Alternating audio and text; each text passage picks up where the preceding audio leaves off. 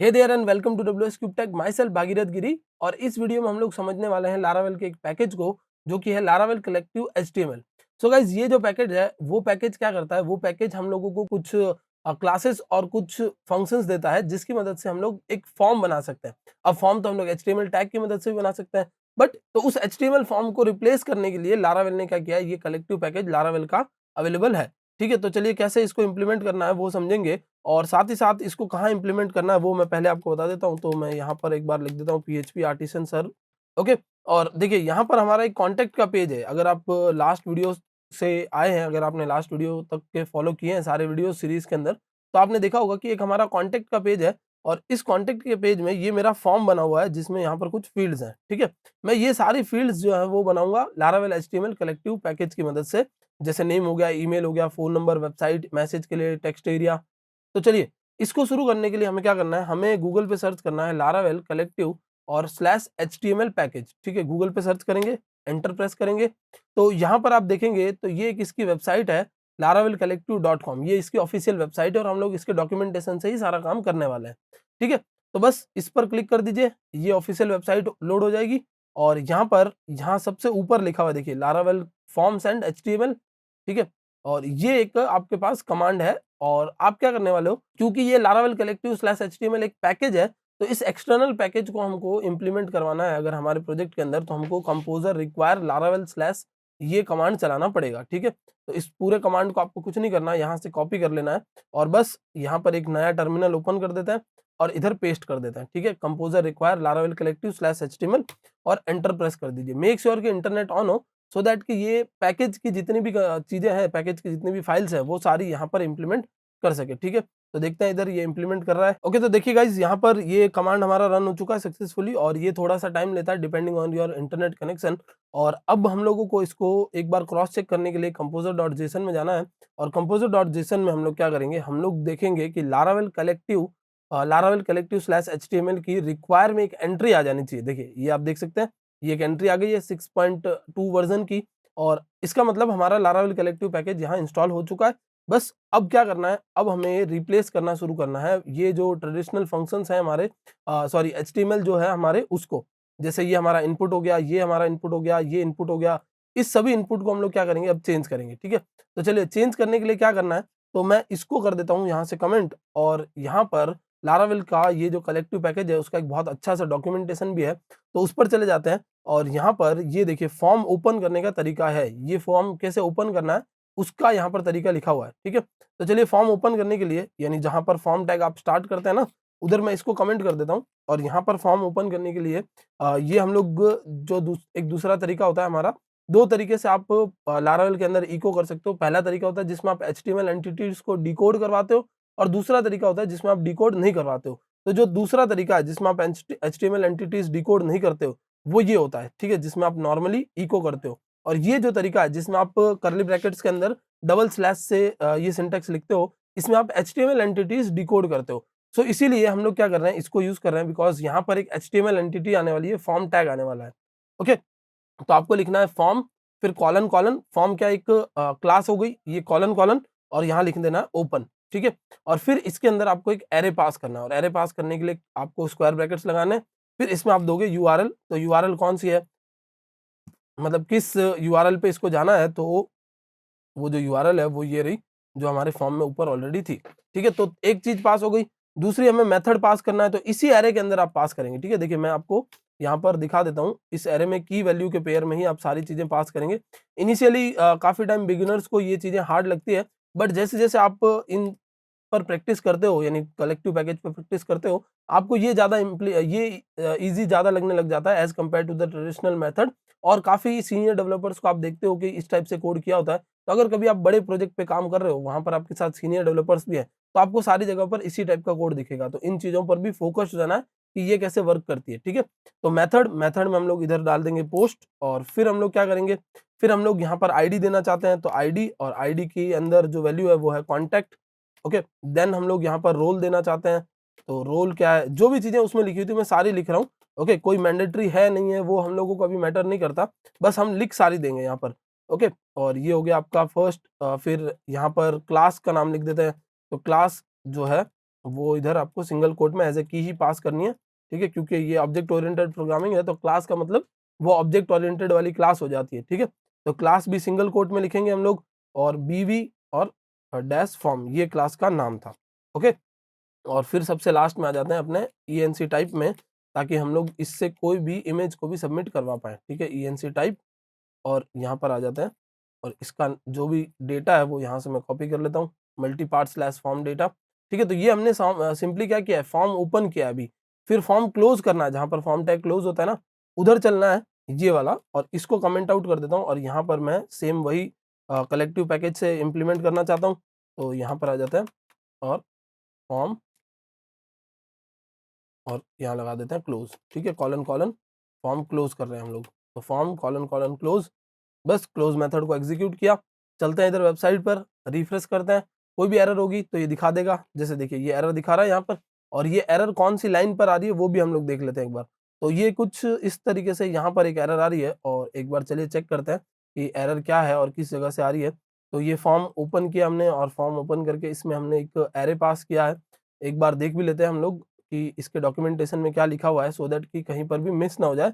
Okay, ये problem है, देखिए आपको यहाँ पर ये इको नहीं करवाना, बिकॉज़ ये जो पूरा कोड है ना गाइस, ये पूरा कोड पीएचपी का है, तो उसके अंदर ये यूआरएल फंक्शन आप ऐसे ही यूज़ कर सकते हैं। अब रिफ्रेश करते हैं, और अब सारी चीज़ें नॉर्मल हो चुकी है, सही हो चुका है। राइट क्लिक करके इंस्पेक्ट करते हैं, और देखते हैं कि यहाँ पर ये कोई एरर दिखा रहा है या फिर यहाँ कोई चीज़ मिसिंग है। यहाँ पर हमारा जो फॉर्म बना हुआ है, देखिए फॉर्म में पोस्ट मेथड और एक्शन में भी आ चुकी है चीज़ें, एक्सेप्ट कैरेक्टर सेट सब कुछ लिखा हुआ आ गया, ईएनसी टाइप सब कुछ ये क्या करता है, आपको बनाकर दे देता है। एक और चीज़, क्योंकि आप लोग अब डेटा को सबमिट करवाना चाहते हो अगर पोस्ट मेथड से, तो आपको यहाँ पर ये सीएसआरएफ टोकन पास करने की ज़रूरत नहीं है, क्योंकि ये सीएसआरएफ टोकन जो है वो अपने आप खुद ही यहाँ पर लाकर रख देता है, ठीक है। तो ये जो फॉर्म है आपका, वो अपने साथ सीएसआरएफ टोकन लेके आ जाता है, जबकि देखिए मैंने तो कमेंट कर दिया, बट फिर भी रिफ्रेश करने पर सीएसआरएफ टोकन आपको दिखेगा। तो ये जो आपका फॉर्म नाम का ये फंक्शन है, फॉर्म नाम से ये जो आपका क्लास है, उसका ये जो ओपन फंक्शन है वो सारी चीज़ें लेके आ जाता है, ठीक है। अब आ जाता है यहाँ पर, और ये हमारा इनपुट जो है उसको हम लोग बनाते हैं। तो input type is equals to text को बनाने के लिए हम क्या करेंगे, फॉर्म इधर लिखेंगे, और यहाँ पर कॉलन कॉलन टेक्स्ट, और सबसे पहला जो पैरामीटर होता है, यहाँ पर कुछ पैरामीटर्स होते हैं, तो सबसे पहला पैरामीटर जो होता है वो इस इनपुट टाइप का नाम है, तो इस इनपुट टाइप का नेम क्या है, नेम। सेकंड पैरामीटर जो होता है वो कुछ डिफॉल्ट वैल्यू होती है, तो कुछ नहीं रखना, तो एम्प्टी छोड़ दो इसको। थर्ड पैरामीटर जो होता है वो होता है एक एरे, जिसमें आप पास कर सकते हो वो सारी चीजें जो आपको एडिशनली चाहिए, जैसे ID, name, place holder, class, ये सारी चीजें मैं कॉपी करता हूँ, इधर लाकर पेस्ट कर देता हूँ, और बस इनको हम लोग यहाँ पर इस तरीके से एक एरे में पास कर देंगे की वैल्यू के पेयर में। मतलब ये एरे कैसा एरे है, ये एक एरे एसोसिएटिव एरे है, ठीक है, जिसमें आपको इस तरीके से की वैल्यू के पेयर में चीजें पास कर देनी है। ये वैल्यू नहीं पास करना, बिकॉज वैल्यू के लिए सेकंड पोजीशन इन्होंने दे रखी है ऑलरेडी। बस इधर आइए, फिर रिक्वायर्ड यहाँ से कॉमा सेपरेटेड पास करना है, क्योंकि ये एक एरे जा रहा है, ठीक है। और इधर आ जाते हैं, फिर कॉमा सेपरेटेड, फिर ये एक एरो ऑपरेटर, देन यहाँ पर कॉमा, और फिर से एक एरो ऑपरेटर हमको लगाना पड़ेगा, और ये हमारा एक इनपुट टाइप टेक्स्ट बन के रेडी है। चलिए देखते हैं, रिफ्रेश करते हैं, और इनपुट टाइप टेक्स्ट यहाँ पर मिलता है कि नहीं मिलता है। जैसे ये आ गया ना टेक्स्ट आपका, देखिए यहाँ पर नेम वाला बन के आया, input type text, required, place holder, सब कुछ आ गया, जो भी चीजें दी थी ना हमने, और वैल्यू में एम्प्टी आ गया। सपोज मैं वैल्यू में QWERTY लिखता हूँ और रिफ्रेश करता हूँ, तो आपको दिखेगा यहाँ पर वैल्यू पहले से फील्ड आ रही है, देखिए ये वैल्यू पहले से फील्ड है, और यहाँ पर वैल्यू नाम के एट्रीब्यूट के अंदर, इनपुट में वैल्यू नाम के एट्रीब्यूट में QWERTY लिखा हुआ है। तो गाइज ये बहुत सिंपल सी चीज है, बस आपको क्या करना है, डॉक्यूमेंटेशन पर जाना है, और डॉक्यूमेंटेशन से चीजों को समझते हुए चलना है। तो जब आप डॉक्यूमेंटेशन रेफर करते हो तो चीजें और भी आपको थोड़ी थोड़ी आसान लगने लग जाती है। चलिए और कुछ नीचे इसके अंदर समझते हैं हम लोग, और कुछ नेक्स्ट हम लोग जाते हैं। जैसे हमने एक इनपुट टाइप बनाया था सिलेक्ट, जैसे अभी हमने एक इनपुट टाइप टेक्स्ट बनाया, वैसे ही हम लोग क्या करते हैं, हम लोग एक सिलेक्ट भी बनाते हैं। तो इसमें देख लेते हैं, सिलेक्ट के लिए भी ऑप्शन दे रखा होगा कहीं ना कहीं, ओके। नहीं है तो आप यहाँ सिलेक्ट करके यहाँ पर सर्च कर लीजिए, ये है देखिए, फॉर्म कॉलन कॉलन सिलेक्ट, उसका नाम, और दूसरा ये जो ऑप्शंस आपको बनाने हैं ना, वो आपको इधर पास कर देना है। तो ठीक है, चलिए देखते हैं कैसे बनाया जाएगा, और मैं एक कॉपी कर लेता हूँ, क्योंकि हमारे पास वैसे यहाँ पर फील्ड में कोई है नहीं सिलेक्ट बॉक्स बनाने के लिए, बट इधर से देख लेते हैं एक बार। और अब ये हटा देता हूँ सारी चीज़ें, और इधर कर देते हैं हम लोग इनपुट टाइप सिलेक्ट के लिए फॉर्म कॉलन कॉलन सिलेक्ट, उसका नाम क्या होगा, तो उसका नाम होगा कंट्री, और सेकंड पोजीशन पर उसमें क्या जाना है, एक एरे जाना है, सेकंड पोजीशन पे भी एरे जा सकता है, थर्ड पोजीशन पे भी जा सकता है। सेकंड पोजीशन का जो एरे है ना, वो लेके क्या जाएगा, वो लेके जाएगा ऑप्शंस। थर्ड पोजीशन का जो एरे है वो क्या लेके जाएगा, वो लेके जाएगा अदर पैरामीटर्स, जैसे आईडी हो गया, रिक्वायर्ड हो गया, प्लेस होल्डर हो गया, ये सारी चीजें कौन लेके जाएगा, सेकंड पैरामीटर वाला लेके जाएगा।